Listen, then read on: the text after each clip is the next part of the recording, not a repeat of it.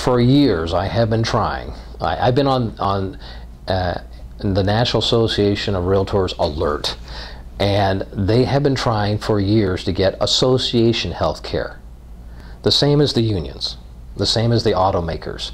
And the automaker unions have blocked that and blocked that and blocked that. So what happens is that you've got the receptionist who makes $35,000 a year.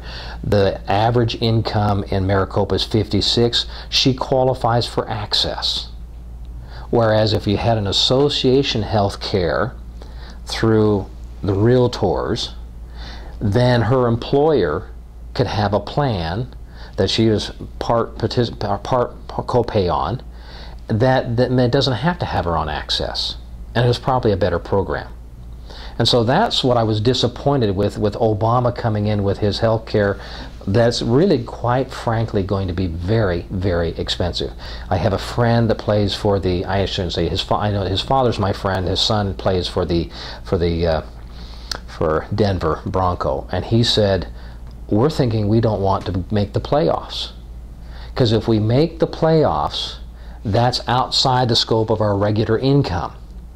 That's taxed differently, and we're being taxed at 65% during the playoffs. We don't want to work for 35%. Wouldn't that be a tragedy that the Super Bowl was canceled because nobody wanted to work for less because they're being taxed too much? Yet it's a real possibility. Because, you know, all those guys, the average life of an NFL player is 3 years, 9 months.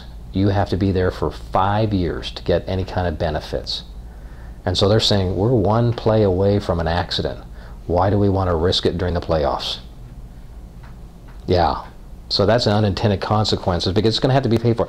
I'm concerned that we've not only mortgaged our future and our children's future, but our grandchildren. And the ones that we paid, you know, was it Obama gave us health care and China paid for it?